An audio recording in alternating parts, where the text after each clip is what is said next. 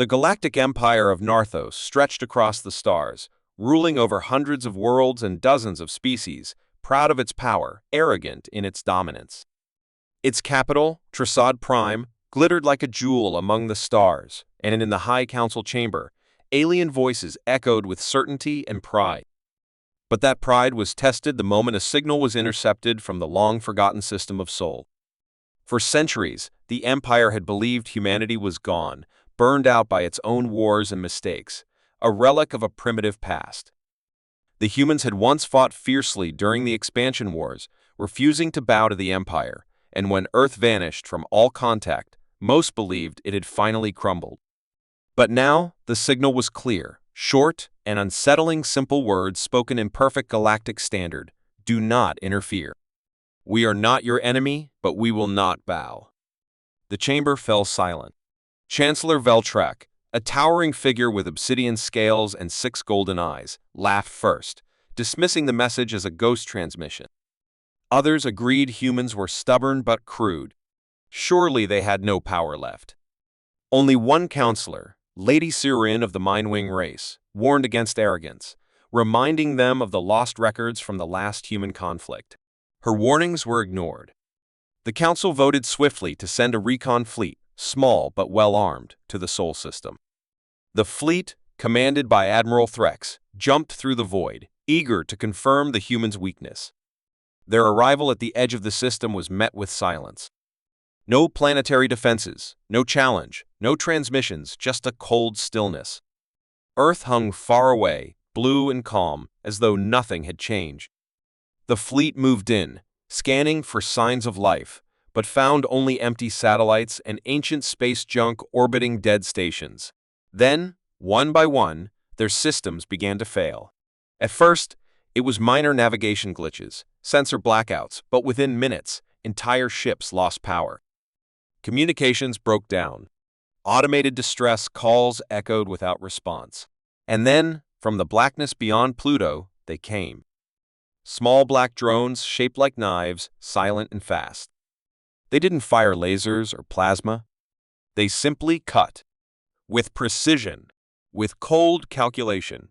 One by one, ships were sliced apart, their reactors disabled, weapons frozen, crews left unconscious or missing. No explosions. No chaos. Just silence. The fleet vanished in under an hour. Back on Trasad Prime, the Empire waited for reports. Days passed. No reply came. The Council grew nervous. Surveillance stations near Sol reported a strange static cloud around the system. Probes sent in never returned. At last, another signal arrived, not from the fleet, but from Earth itself. This time, it was longer. A calm human voice spoke across every Narthos communication relay. We asked you not to come. This was your only warning. And then, silence again. Panic began to spread in the outer colonies. Whispers of human vengeance stirred memories of old wars. Refugees from nearby sectors fled their posts. Yet, still, the Empire refused to believe that the primitive species from Sol had returned with power. Chancellor Veltrak ordered a second fleet larger, stronger, equipped with psychic shields and quantum weapons. But deep in her chambers, Lady Sirin knew something the others had forgotten. She remembered the old recordings buried in the archives, the battles where humans, outnumbered and outgunned, still won. They fought like no other race. Not with brute strength, but with strategy, trickery, and something more terrifying: unpredictability. They had vanished not because they were weak, but because they chose to. She tried to speak again at the next meeting, to remind the Council that perhaps Sol had not died, but evolved. No one listened. As the second fleet prepared to jump, she sat alone and watched the stars, wondering what the humans had become. Somewhere in the void near Earth, old machines woke, ancient programs scanned the heavens, and the humans watched. They had not sent the warning to start a war. They had sent it to stop one. But the Empire never listened. And now they would learn. The second fleet of the Galactic Empire of Narthos, larger and deadlier than the first, arrived at the edge of the Sol system with full confidence, unaware that they were being watched from the moment they emerged from hyperspace, their presence already expected, already calculated. Admiral Creel, a veteran of many campaigns, stood on the bridge of the command ship Judgment, his mind focused, certain that he would crush whatever remained of Earth's defenses. Around him floated nearly 100 warships, battlecruisers, carriers, and dreadnoughts bristling with weapons, each one shielded with the latest Empire technology. The fleet advanced slowly, scanning each planet, searching for resistance, but the system remained still, quiet, almost too quiet. Mars was lifeless. Jupiter's moons were empty. Even Earth showed no signs of activity from orbit. Its surface glowed blue and green, peaceful, untouched. Creel narrowed his eyes. He remembered the message, that calm voice that warned them to stay away.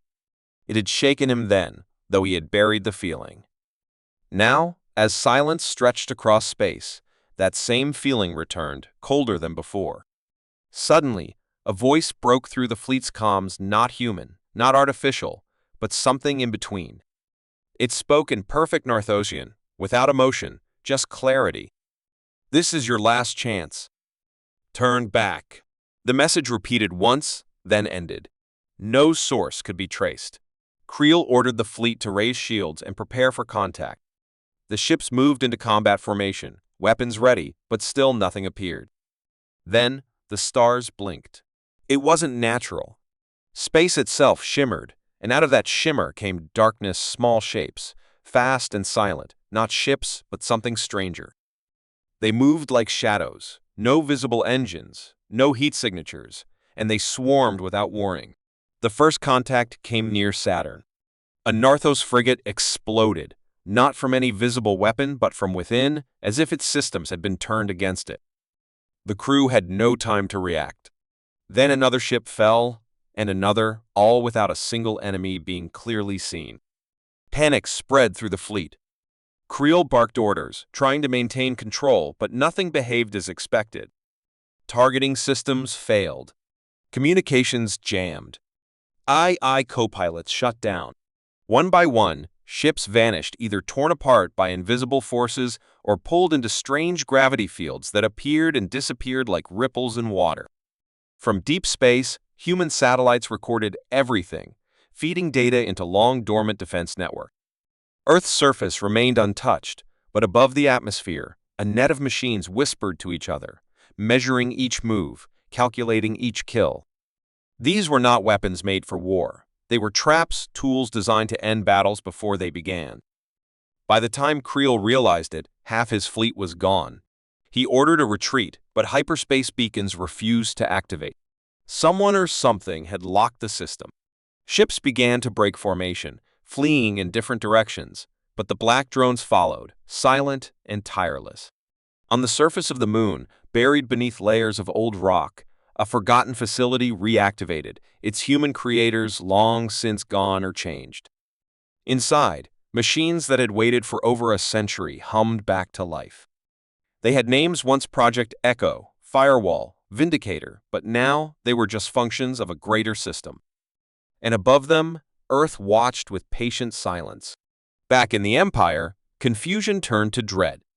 The fleet had not sent updates in hours. The last transmission was a broken scream from a gunner aboard the Herald of Flame, a scream that cut out mid-word. Panic spread faster than news. Colony governors demanded answers. Civilian transports began to flee outer sectors. The High Council gathered again, this time in chaos. Chancellor Veltrak pounded the table with his claws, demanding reinforcements, accusing others of weakness, but even he could not ignore the fear growing in the chamber. Lady Sarin stood again, her voice calm, quiet but clear. "You were warned," she said, "and now they're only showing us the beginning." No one answered her. Far from the council, in hidden rooms beneath the Imperial archives, old data files were reopened. Files sealed after the last human war. Reports of battles where human ships vanished, only to return days later in perfect condition. Records of soldiers who claimed their enemies knew their plans before they made them. Descriptions of strange energy weapons and impossible tactics. It was all dismissed back then as exaggeration or madness. But now, it no longer seemed so impossible. And in Seoul, silence returned once more. Of the Second Fleet, only a handful of ships limped away, burned, damaged, and broken. They carried no footage, only pieces of black metal fused into their hulls, metal that defied scanning or removal. Scientists tried to analyze it but failed. The metal rejected all tools, all scans, even thought. It simply existed. One message came with those survivors, an automated signal embedded in their cores. One final note from Earth. This was restraint. No threats. No demands. Just those 3 words. It was enough. Throughout the Empire, fear spread like fire. Pirates stopped raiding. Merchant routes shifted away from Seoul. And everywhere, people began to whisper the name of a species they once forgot. Humanity. Not extinct. Not weak. But hidden. Waiting. Watching. And when disturbed, they did not roar or rage. They simply acted and vanished again. The Empire, proud and old, had always believed in strength through control. But now they faced an enemy they could not see, could not understand, and could not stop. The echoes of Earth were no longer just in the past, they were the future, and they were listening. In the weeks following the failed assault on Seoul, the Galactic Empire of Narthos struggled to hold itself together as fear and confusion swept through its core worlds. But the real shock came not from Seoul, but from 12 far-off systems deep in the Empire's frontier, where entire colonies went dark within minutes of each other, as if wiped from existence without warning or sound. Trade stations were found abandoned, with no signs of struggle, but all data cores missing. Defense satellites drifted, offline and blind, and surveillance footage showed nothing, just static and shadows, moving too fast to be seen.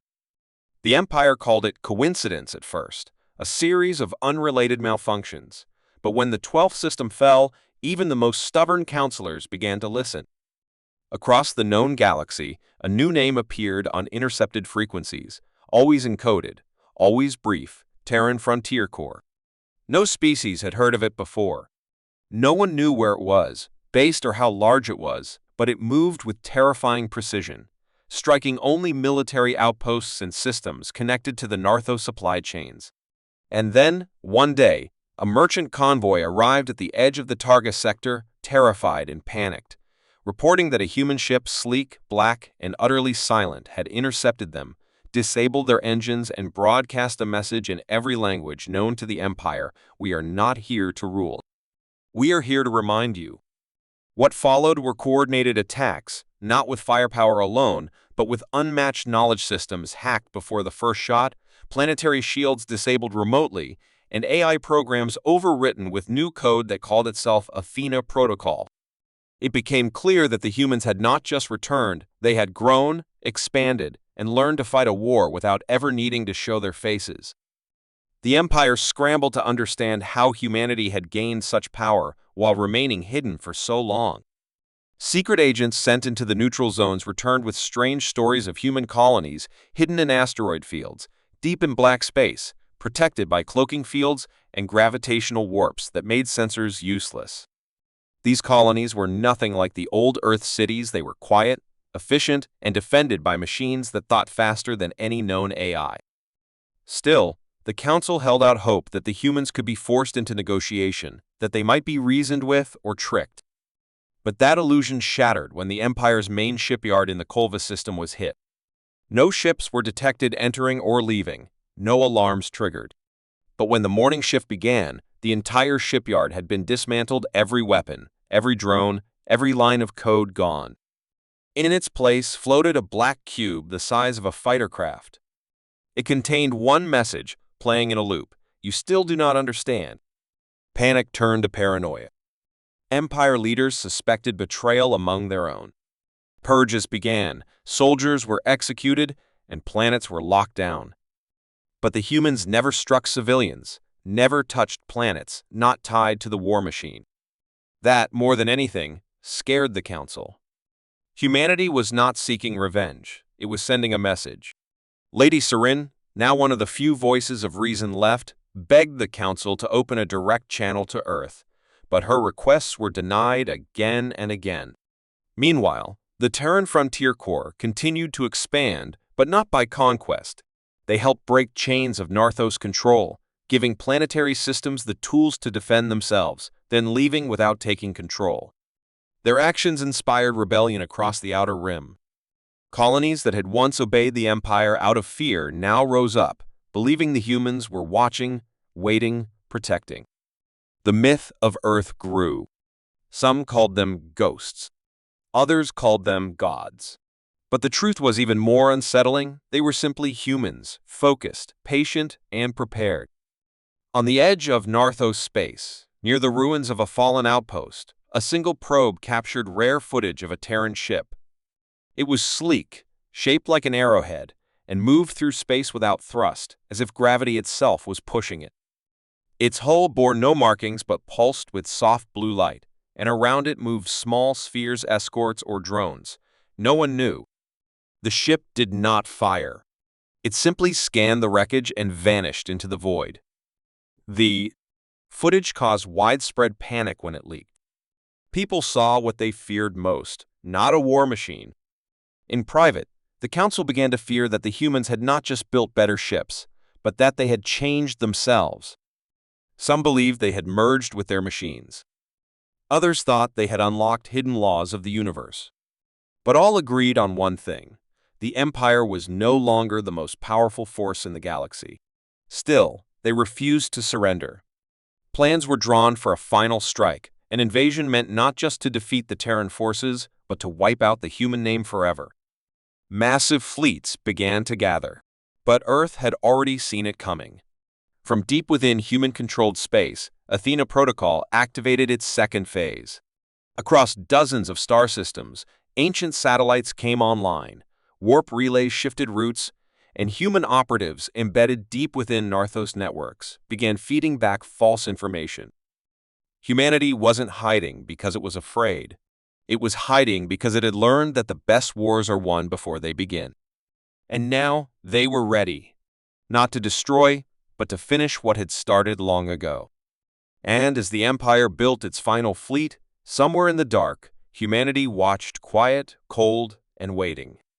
The fleet was the largest ever built by the Galactic Empire of Narthos, over 1,000 warships, each one powered by the strongest reactors, armed with the most advanced weapons, and protected by thick armor and layered shields that had never been breached.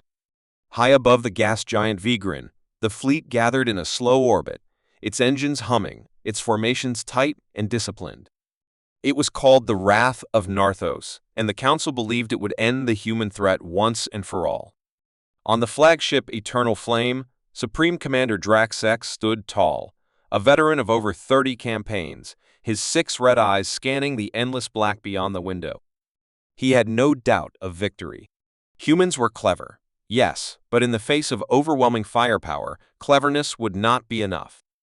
The plan was simple: push directly into Sol, surround Earth, and unleash the new planet-breaker weapon, the Star Lance. No more warnings, no more messages. Earth would become a burned stone in space. But what the Empire didn't understand, what it refused to understand, was that humanity was never going to wait for the battle to reach their door again. Just as the final countdown to launch began, the fleet's long-range sensors detected movement. Small, fast-moving objects flickered across the edges of the system. Too fast for fighters. Too irregular for missiles. Drax dismissed the warnings. "Drones," he said coldly. "Ignore them." But minutes later, power fluctuations began to ripple through the fleet. Not from attacks, but from inside. Shields blinked out for seconds, navigation systems reset without command, and AI fire control cores began speaking in corrupted code. Drax shouted for answers. His engineers scrambled, but their systems were no longer theirs. Then came the message, not broadcast over regular channels, but appearing on every screen, every panel, every personal device on every ship.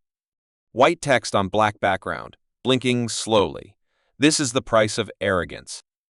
Before Drax could respond, the fleet's communications died. All of them. No orders could be given. No reports received. Each ship was alone. Panic set in. Captains acted on their own. Some tried to fire blindly into space. Others retreated into tight formations. But it didn't matter. The attack wasn't physical, not at first. It came from within.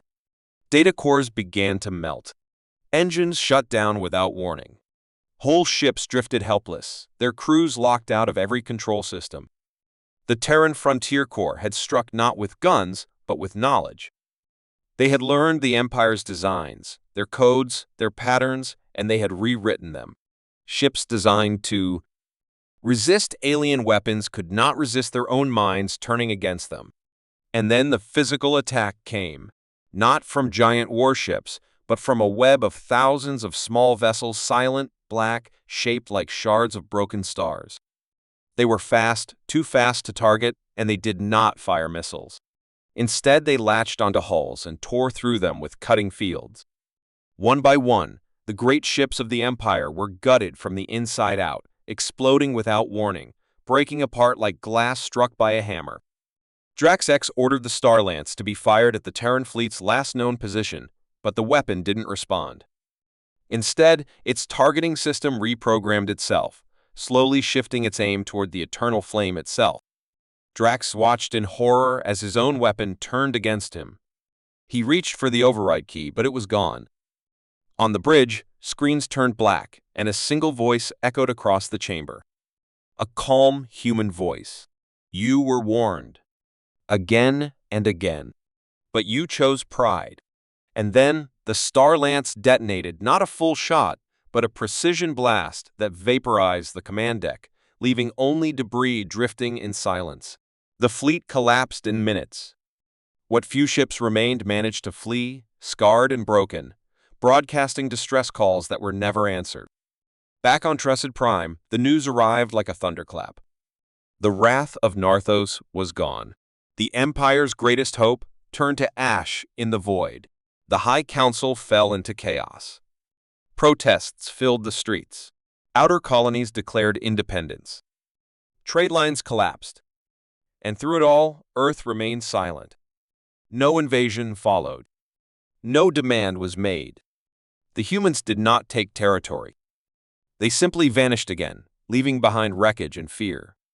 Lady Sarin walked alone through the ruins of the council hall days later, now cracked and crumbling from riots and explosions. She had warned them again and again, but no one had listened. As she stepped into the once glorious central chamber, she found a single object left on the main table, a black disc, smooth and warm to the touch. When she activated it, a projection appeared. A human, tall and calm, with gray eyes and a plain uniform. He spoke with no anger, only certainty. We did not want this. We gave warnings. We walked away. But when arrogance threatens peace, it must be reminded of its limits. The Empire has been reminded. We will not return unless you make us. The projection ended. Sarin closed her eyes. The price had been paid in pride, in steel, in blood. And it had all been avoidable. Across the stars, whispers grew louder. Of Earth. Of soul. Of the ghosts who had once been men and women but who now lived in shadow and silence, watching all, striking only when provoked. The galaxy would never forget again. The humans had made sure of that. The Empire of Narthos, once the most feared power in the galaxy, now drifted through the ashes of its own making, its once proud banners torn and forgotten, its voice no longer reaching the far stars where once it ruled without question, and in the dark corners of space where its presence once brought fear. Only silence remained. Worlds once locked in obedience now moved freely, their skies cleared of warships and chains, while former governors and generals either vanished into hiding or faced trials led by those they once oppressed. On the crumbling capital world of Rethvar, among broken towers and flickering lights, Chancellor Veltrak sat in a ruined hall that had once echoed with pride and power, now echoing only with the wind and the soft, distant murmurs of rebellion. He stared at a dusty screen showing the Empire's fading borders, blinking slowly as more systems declared independence or were marked lost. The Council had long since scattered those not killed in riots, had fled to fringe worlds, or begged the Terran Frontier Corps for mercy, but humanity had not come to conquer. They had come only to warn, and when the warning was ignored, they had acted with precision and left without taking a single world. This, more than anything, haunted Veltrac. It had not been war in the old sense, no long sieges, no grand invasions, only quiet destruction, targeted and unanswerable, a storm that came and vanished, leaving the Empire hollow and afraid. Still, he clung to hope, whispering to himself that the humans would grow tired, or that the Empire could rebuild in secret. But the galaxy had changed. In former Imperial systems, new coalitions rose formed by species, once considered weak, now strengthened by knowledge left behind by the Terrans. It was said that the humans had given each free world a message, encoded in personal, warning them not to repeat the Empire's mistakes and offering silent guidance. No one had seen a Terran since the fall of the Wrath Fleet, but the fear remained, like a shadow in deep space. Across the stars, scavenger ships searched the wrecks of Narthos warships, but many found only strange tech fused into Hull's dark cubes that melted when touched, drones that drifted in silence, but activated when scanned, whispering coded warnings before vanishing. One such ship, the Starlit Whisper, found a Narthos command cruiser drifting dead in a binary system. Its hull was scorched but intact, its power core still warm, yet not a single body remained aboard. Instead, messages had been carved into the walls in perfect Narthosian, though no hand had written them messages like "You were warned, arrogance ends," and "The stars are not yours alone." The crew of the Starlit Whisper fled in terror, reporting what they saw, but no one dared approach the ship again. Back on Earth, the surface remained unchanged, green and blue and quiet, its cities hidden beneath holographic fields, its sky shielded by orbital sentinels too far advanced for anyone to detect. Inside, humanity thrived not in celebration of victory, but in silence and preparation, knowing that peace was never permanent and threats always returned. The Terran Frontier Corps had no leaders, no flags, and no need for praise. They trained in secret, studied in silence, and expanded their reach through forgotten gates and ancient relays buried in long-lost star systems. To the galaxy, they were ghosts. To Earth, they were guardians. And in the deepest corners of the galaxy, beyond maps and routes, rumors told of a growing force even the humans watched closely, an ancient AI network reawakening after centuries of slumber, untouched by war, but curious and vast. Humanity did not seek to rule, but it did not forget either, and now it prepared again not for revenge, not for conquest, but to ensure that no empire like Narthos would rise again. On a quiet moon near the ruins of the Empire's oldest shipyard, a group of young explorers from a liberated world found a strange structure, half buried in ice. Inside, they discovered writing simple, clear, and not meant to scare, but to teach. It read, "Power without wisdom is a fire without control. We did not destroy the Empire. It destroyed itself. We were the mirror. Look into it." And beneath those words, the symbol of the Terran Frontier Corps, 3 stars in a circle, glowed for just a moment before fading into darkness. The explorers left in silence, the message burned into their minds. And so the galaxy turned, older, wiser, and scarred. The empire that had become a lesson, not a legend. Humanity did not speak of the war. They let the stars remember it. And in the quiet that followed, the galaxy breathed again. But far above, beyond light and sound, the sentinels still watched. Because peace was precious, and the watchers never slept.